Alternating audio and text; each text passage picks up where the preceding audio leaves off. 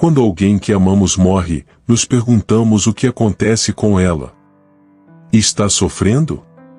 Nos observa. Muitas religiões oferecem respostas diferentes. Algumas ensinam que os bons vão para o céu, enquanto os maus sofrem num lugar de tormento. Outras dizem que, na morte, a pessoa se junta aos antepassados ou reencarna em outro corpo. Em comum, esses ensinos sugerem que alguma parte de nós sobrevive à morte do corpo físico.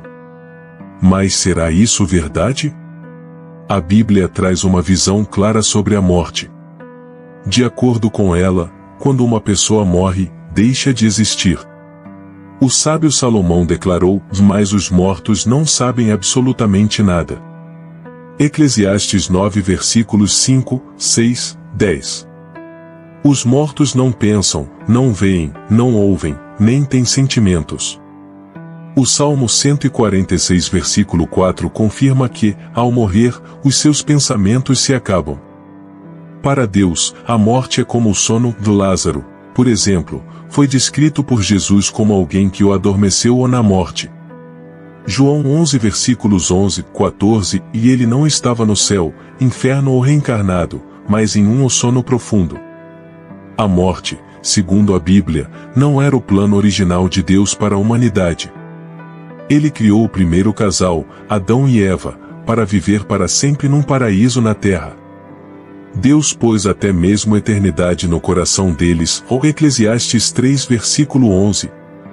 Mas a morte entrou no mundo devido à desobediência. Deus deu uma única ordem a Adão, proibindo-o de comer do fruto da árvore do conhecimento do bem e do mal, avisando-o que, ao desobedecer, morreria, de Gênesis 2 versículos 16, 17. Influenciados por Satanás, Adão e Eva escolheram desobedecer, e o pecado trouxe a morte. Deus disse a Adão: "Você é pó e ao pó voltará", ó Gênesis 3 versículo 19. A morte foi o preço pago pela desobediência, uma condição que todos herdaram. A Bíblia ensina que a morte não é o fim definitivo. Deus fez uma provisão para salvar a humanidade da morte eterna, chamada de o resgate. Esse resgate é central para o plano de salvação e dá aos que seguem a Deus a esperança de uma ressurreição e vida eterna. Entender essa verdade evita o medo dos mortos, pois eles não têm como interferir na vida dos vivos. Satanás, por meio de ensinos religiosos distorcidos, fez as pessoas acreditarem em tormento eterno para os maus, uma ideia que contraria a natureza amorosa de Deus. Deus é descrito como um pai que ama seus filhos e jamais faria isso com eles, 1 João 4 versículo 8. A ideia de sofrimento eterno desonra a Deus e o apresenta de maneira cruel, algo que não corresponde à verdade bíblica. Além disso, Satanás ensina que os mortos se tornam espíritos que podem influenciar os vivos, mas a Bíblia é clara e devemos adorar apenas a Deus, e os mortos estão apenas dormindo, ou Apocalipse 4 versículo 11. Conhecer a verdade sobre a condição dos mortos nos livra de ser enganados e ajuda a entender a promessa de vida eterna num paraíso terrestre, onde poderemos viver livres de toda dor e sofrimento. E você, sabia o que a Bíblia ensina sobre onde estão os mortos?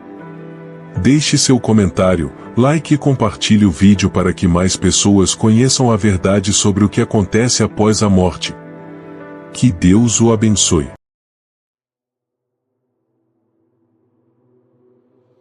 A história do inferno de fogo. Origem pagã. No passado, os egípcios antigos acreditavam em um local de fogo que chamavam de inferno. Um conjunto de textos funerários chamado Livro de Andua, do século XVI a.C., menciona pessoas sendo lançadas em covas de fogo, incapazes de escapar das chamas. Isso não era ensinado pelos primeiros seguidores do cristianismo, o ensino do inferno de fogo não era parte da pregação dos primeiros cristãos, de acordo com o Dicionário de Teologia Cristã. Influência da filosofia grega. Segundo a Enciclopédia Britânica, a filosofia grega, especialmente o platonismo, começou a influenciar os cristãos a partir do segundo século depois de Cristo. Platão defendia a crença de que as pessoas eram atormentadas pelo fogo após a morte, o que influenciou a visão tradicional do inferno. Uso do inferno de fogo para justificar tortura, e durante a Inquisição Espanhola, acusados de heresia eram queimados na estaca, justificado pelos torturadores como uma amostra do que enfrentariam no inferno. Essa ideia também foi usada por governantes, como a Rainha Maria I da Inglaterra. Mudanças atuais, algumas igrejas suavizaram a ideia do inferno de fogo, possivelmente para agradar membros, mas não necessariamente porque consideram o ensino falso.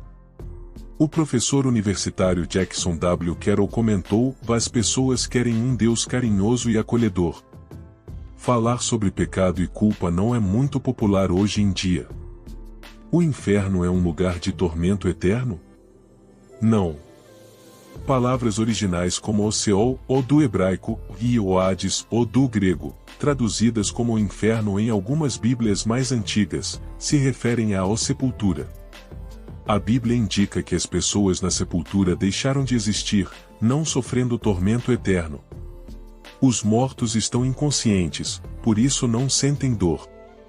Não haverá trabalho, nem raciocínio, nem sabedoria, nem conhecimento no inferno. O inferno não é um lugar cheio de pessoas gritando de dor. Na verdade, a Bíblia diz em que os maus sejam envergonhados, que sejam silenciados na sepultura ou no inferno.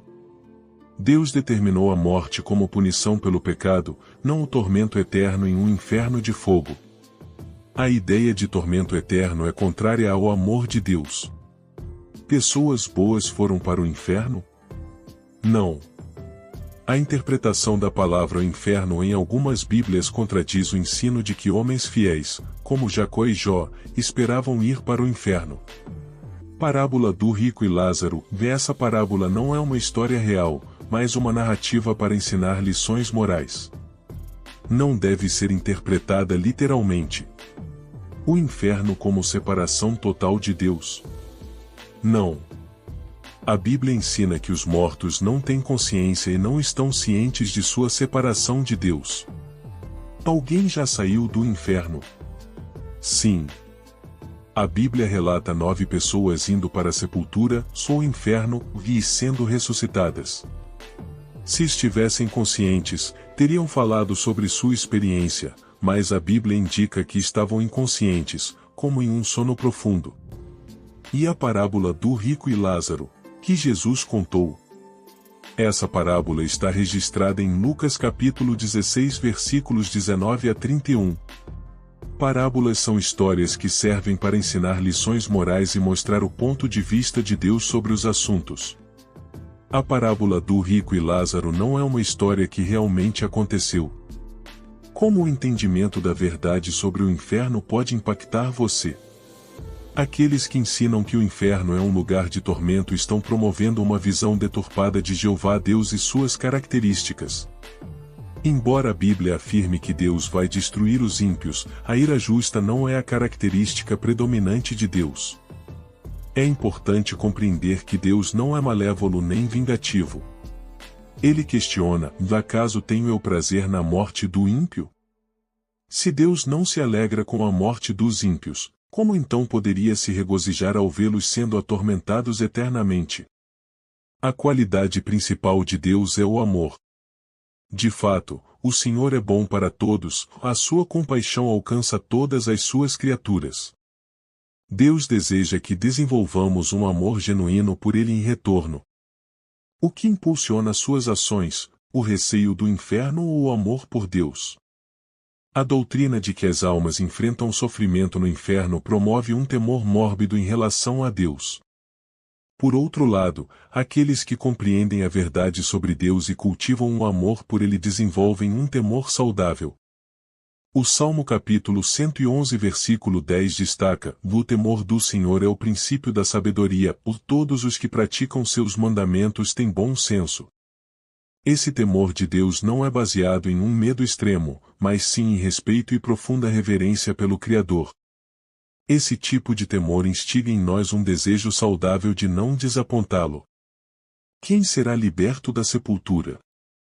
Algumas versões da Bíblia geram confusão ao traduzir duas palavras gregas, Geoenona e Aodes, como uma única palavra, inferno.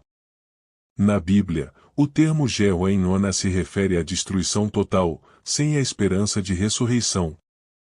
Em contraste, as pessoas que estão no Hades têm a esperança de serem ressuscitadas. Portanto, depois que Jesus morreu e ressuscitou, o apóstolo Pedro assegurou aos seus ouvintes que Jesus não foi o deixado na sepultura. A palavra traduzida como inferno nesse versículo é a palavra grega Hades. Jesus não foi para um lugar de fogo ardente. Hades, ou o inferno, era a sepultura. No entanto, Jesus não é o único que Deus liberta do Hades. Sobre a ressurreição, a Bíblia afirma: a morte e a sepultura entregaram os mortos que nelas havia. Esvaziar a sepultura significa que Deus trará de volta à vida aqueles que ele julga dignos de ressurreição. Que esperança maravilhosa para o futuro, testemunhar entes queridos que faleceram retornando da sepultura. Jeová, o Deus de amor infinito, tornará isso possível.